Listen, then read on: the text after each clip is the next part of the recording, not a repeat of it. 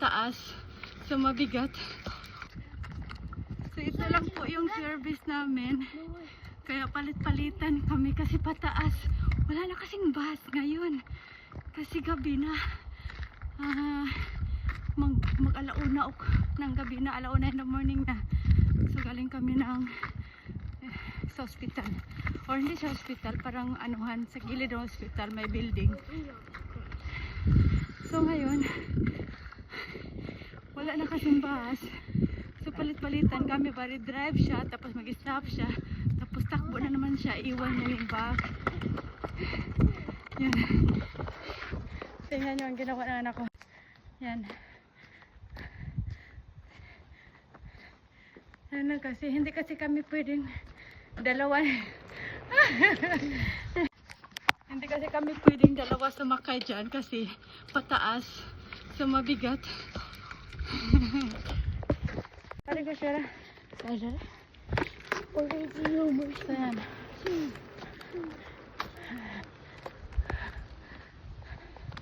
So ngayon malapit na kami. Medyo malayo din yung nilakad namin. Pag flat lang kami dalawa magsakay nito. Pag hindi flat, pataas like nito, isa-isa lang. Tapos takbo na naman yung isa. Sakay na naman balik yung isa. Takbo na naman. Palitan kami.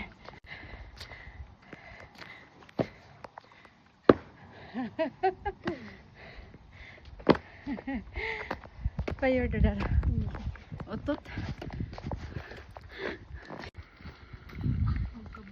Ay, belum kosong ni. Ha? Ya, belum kosong ni. Babitir from Papo Mama's Prok. Nutut. Ngutot. Sabi niya, nagprumpa daw siya.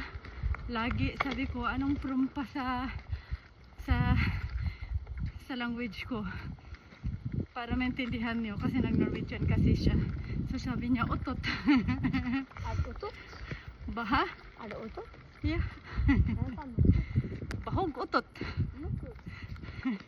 So sa wakas, nakarating din kami. Ito na yung iskina pa sa amin. Ay, gusto niya ako lang ang mag-drive niyan lagi. Ako lang mag-drive niyan. Uy, ano nangyari sa lagay mo? Lagay. Yan lagay.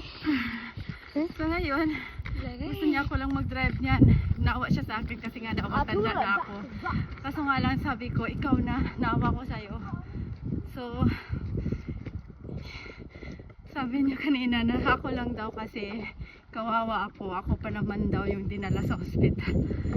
So yun. Bye bye!